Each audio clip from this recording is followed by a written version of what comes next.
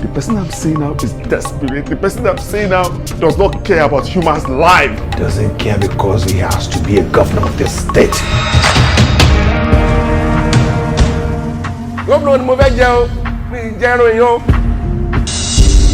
If you could do this to me, how would you rule your state? Láti rí bọ̀bọ́ yẹn ṣe gbá mi jọ yẹn. Àbúrò olówó ni wọ́n wọ̀ kí n ṣe Ọlọ́run.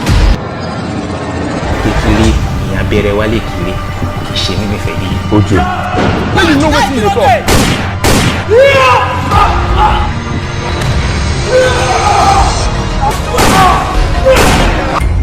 Agbẹjọ́rò tún lẹ́yìn ní báyìí. Èmi ò ń ṣe kankan nu gbogbo. Mo ní kó sún wọn, wọ́n ṣe ń lọ kọ́ lé kó máa lọ lọ́la, kó máa lọ lọ́tùnla. I must be the governor of the state and I will do anything. Ìjẹ́ ọ̀rá ṣe lásán, ó ti affect the political career yín. Tí àbá tí ìṣiṣẹ́ wa dójú àmì, wọ́n máa ní try náà ni. Ó fún ní 5 million naira. Bẹ́ẹ̀ ni mà. Ipe kó gbà kó má bí. Kò gba 5 million yẹn o. Mi ò gba owó kankan. Come on, give us this space. Where is he? Ole!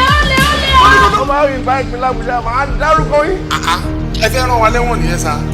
N kò lè fẹ́ ràn èmi.